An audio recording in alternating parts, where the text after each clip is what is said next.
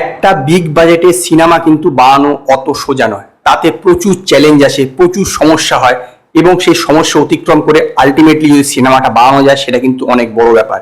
এইরকমই বিভিন্ন চ্যালেঞ্জের মুখোমুখি হতে হচ্ছে পুষ্পা 2 কে। অলরেডি এটা অ্যানাউন্স হয়ে গেছে যে 15ই আগস্ট এই সিনেমা রিলিজ করবে, কিন্তু এখনো কিন্তু এই সিনেমার শুটিং কমপ্লিট হয়নি। এই সিনেমার একটি গান বেরিয়ে গেছে, গানটি সুপার ডুপার ব্লকবাস্টার হয়েছে, কিন্তু সিনেমাটার এখনো শুটিং কমপ্লিট হয়নি।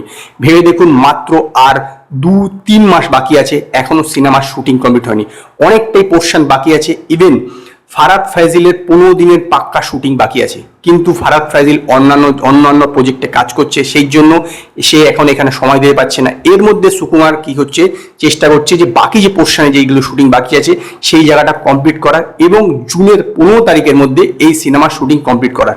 ভেবে দেখুন, 15 দিনের শুটিং এখনো ফারাদ ফাজিলের বাকি আছে, মানে 1 থেকে 15 দিন।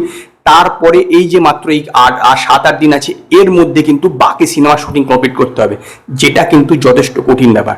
তবে সুকুমারের একটা বেটার ব্যাপার আছে, সে সিনেমা শুটিং এর পাশাপাশি এডিটিংটা করতে থাকে। এতে কি হয় যে সিনেমার কুইক মানে পোস্ট প্রোডাকশনে বেশি সময় লাগে না। এই সিনেমাতে ভিএফএক্স এর অনেক কাজ আছে, তো স্বাভাবিকভাবেই লোকের মনে একটা উদ্দীপনা আছে যে আলটিমেটলি সিনেমাটা 15 আগস্টে 15 তারিখ রিলিজ করতে পারবে। তো কিন্তু মেকার্সের থেকে কনফার্মেশন দেওয়া হয়েছে যে এই সিনেমাটা 15 তারিখেই মানে 15ই আগস্টে রিলিজ করবে।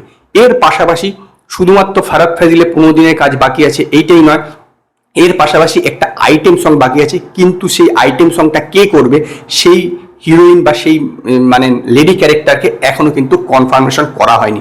ভেবে দেখুন কতটা ক্রিটিক্যাল কন্ডিশনের মধ্যে দিয়ে এই সিনেমা শুটিং হচ্ছে। কিছুদিন আগেই এর এডিটার অ্যান্টনি রুবিন বেরিয়ে গেছিল, তো তারপরে তার জায়গায় একজন নতুন এডিটারকে নিয়ে নেওয়া হয়েছে, নবীন নোলকে অলরেডি নেওয়া হয়েছে। তো স্বাভাবিকভাবে এডিটিং নিয়ে যে সমস্যাটা ছিল সেটা মিটে গেছে। এখন এই সিনেমা শুটিং রামোজি ফিল্ম সিটিতে হচ্ছে, একটি মালয়েশিয়ার সেট বানানো হচ্ছে এবং সেখানে শুটিংটা হচ্ছে, মানে এই সিনেমাটা কিন্তু এবার মালয়েশিয়াতেও যাবে। মানে বুঝতেই পারছেন যে এইবার পুষ্পা বিদেশেও পা দিতে চলেছে, মানে এইরকম ভাবেই পুরো গল্পটাকে সাজানো হয়েছে। শোনা যাচ্ছে পুষ্পা 3ও হবে। পুষ্পা 3 যদি হয়ে থাকে, যদিও এই ব্যাপারে কোনো কনফার্মেশন আসেনি, কিন্তু পুষ্পা 3-র জন্য নাকি মেকার্সরা শেষের দিকে একটা জায়গা ছেড়ে রাখবে যে পুষ্পা 3 তো করতে হতে পারে।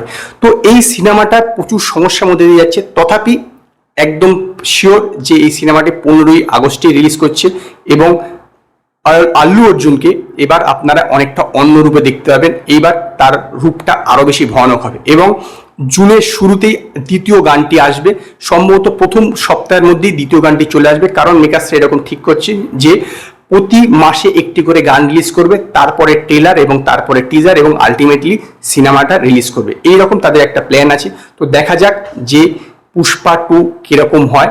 তো এই ছিল পুষ্পা 2 সম্পর্কে আপডেট। যদি আপনাদের ভিডিওটি পছন্দ হয়, ভিডিওটিকে লাইক করুন, কমেন্ট করুন, শেয়ার করুন, আর নতুন নতুন আপডেটের জন্য আমার চ্যানেলকে সাবস্ক্রাইব করুন।